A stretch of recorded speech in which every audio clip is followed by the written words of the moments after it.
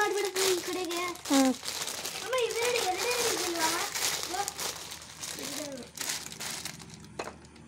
ಹಾಕಿಲ್ಲ ಅದಕ್ಕೆ ಸ್ವಲ್ಪ. ನೀನು ಫಸ್ಟ್ ಕೊಡಿಲಿ, ನಾನು ಅದಕ್ಕೆ ಹಾಕೊಂತೀನಿ ಬಿಡು. ಬಿಡು ಬಿಡು. ವೀಕೆಂಡ್ ಅಂದರೆ ಸಾಕು, ಎಲ್ಲರೂ ಮನೆಯಲ್ಲೂ ಅಪ್ಪ ಅಮ್ಮಂದರೂ ಲೇಟಾಗಿ ಹೇಳ್ತಾರೆ, ಮಕ್ಕಳು ಲೇಟಾಗಿ ಹೇಳ್ತಾರೆ. ಏನೋ ಒಂದು ರೀತಿ ಆಲಸ್ಯ. ದಿನ ಬೇಗ ಎದ್ದೇಳೋದು ಇದ್ದೇ ಇದೆ, ಒಂದಿನ ಆದರೂ ರಜಾ ಅಲ್ವಾ, ಹಾಗಾಗಿ ನಿಧಾನಕ್ಕೆ ಎದ್ದೇಳೋಣ ಅನ್ನೋ ಒಂದು ಮನಸ್ಥಿತಿ. ಆದರೆ ನಮ್ಮನೇಲಿ ಮಾತ್ರ ಹಾಗಲ್ಲ. ನಮ್ಮ ಗುಂಡ ಫಸ್ಟ್ ಎದ್ದು ಅಜ್ಜಿ ತಾತ ಏನು ಕೆಲಸ ಮಾಡಿದ್ರೆ ತಾನೂ ಅದನ್ನೇ ಮಾಡಬೇಕು ಅಂತ ಪಟ್ಟು ಹಿಡಿದು ಸಖತ್ತಾಗಿ ಮಜಾ ಮಾಡ್ತಾನೆ.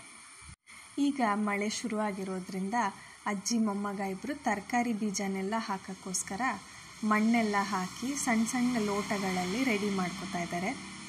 ಮಳೆ ಸ್ವಲ್ಪ ಬಿಡು ಕೊಡ್ತಿದ್ದಂಗೆ ಅಜ್ಜಿ ಮೊಮ್ಮಗ ಇಬ್ಬರು ದರ ಅಂತ ಓಡ್ಕೊಂಡು ಆಚೆ ಬಂದುಬಿಟ್ಟಿದ್ದಾರೆ.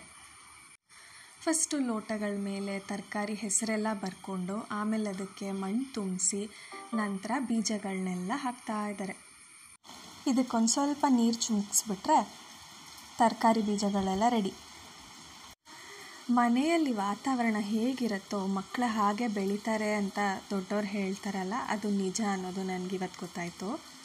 ಜೀವನದ ಮೌಲ್ಯಗಳನ್ನು ಕಥೆಗಳ ರೂಪದಲ್ಲಿ ಹೇಳ್ಕೊಡೋದು, ಜೀವನ ಶೈಲಿಯನ್ನು ಎಕ್ಸ್ಪೀರಿಯನ್ಷಿಯಲ್ ಆಗಿ ಹೇಳ್ಕೊಡೋದು, ಹಾಗೆ ನಾವು ಮಕ್ಕಳಿಂದ ಏನನ್ನು ನಿರೀಕ್ಷಿಸ್ತೀವೋ ನಾವು ಅದನ್ನು ಅವ್ರಿಗೆ ಇದೇ ರೀತಿ ಡೈರೆಕ್ಟಾಗಿ ಹೇಳ್ಕೊಡೋದ್ರಿಂದ ಅವ್ರಿಗೂ ಅದನ್ನು ಫಾಲೋ ಮಾಡಲಿಕ್ಕೆ ಬಹಳನೇ ಸುಲಭ ಆಗುತ್ತೆ. ಅಪ್ಪ ಅಮ್ಮಂದ್ರಾದರೂ ಬೈಬೋದು, ಆದರೆ ಅಜ್ಜಿ ತಾತಂದರು ಪ್ರೀತಿಯಿಂದನೇ ಮುದ್ದು ಮಾಡಿಕೊಂಡೇ ಕೆಲಸಗಳನ್ನೆಲ್ಲ ಹೇಳ್ಕೊಡ್ತಾರೆ. ಹಾಗಾಗಿನೇ ಅಜ್ಜಿ ತಾತಂದರು ಅಂದರೆ ಮೊಮ್ಮಕ್ಕಳಿಗೆ ಅಚ್ಚುಮೆಚ್ಚು ಅಲ್ವಾ. ನಮ್ಮೆಲ್ಲರ ಬಾಲ್ಯವನ್ನು ಮೆಲುಕು ಹಾಕ್ತಾ ಹೋದರೆ ಅಜ್ಜಿ ತಾತಂದರ ಪಾತ್ರ ಬಹಳನೇ ದೊಡ್ಡದು ಅನ್ನೋದು ಗೊತ್ತಾಗತ್ತೆ. ಇವತ್ತಿನ ಜೆನರೇಷನ್ನಲ್ಲಿ ಬೇರೆ ಬೇರೆ ಕಾರಣದಿಂದಾಗಿ ಎಲ್ಲ ಮಕ್ಕಳು ಅಜ್ಜಿ ತಾತಂದ್ರ ಜೊತೆ ಬೆಳೆಯೋಕೆ ಆಗ್ತಾ ಇರಲ್ಲ.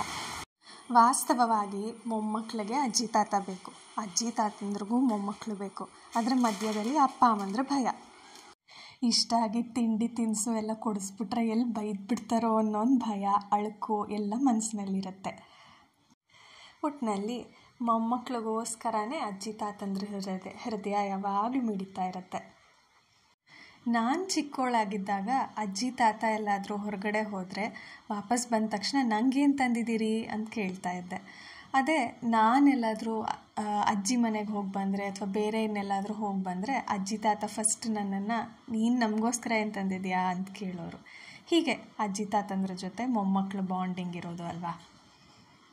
ಮೊಮ್ಮಕ್ಕಳು ಸ್ಕೂಲಲ್ಲಿ ಯಾವುದಾದ್ರೂ ಕಾಂಪಿಟೇಷನ್ನಲ್ಲಿ ಪಾರ್ಟಿಸಿಪೇಟ್ ಮಾಡಿದ್ರೆ, ಗೆದ್ದರೆ, ಫ್ಯಾನ್ಸಿ ಡ್ರೆಸ್ ಏನಾದರೂ ಹಾಕಬೇಕು ಅಂತಿದ್ರೆ, ಇದೆಲ್ಲದ್ರ ಬಗ್ಗೆನೂ ಉತ್ಸಾಹ ಜಾಸ್ತಿ ಇರೋದು ಅಂದರೆ ಅಜ್ಜಿ ತಾತಂದ್ರಿಗೇನೆ.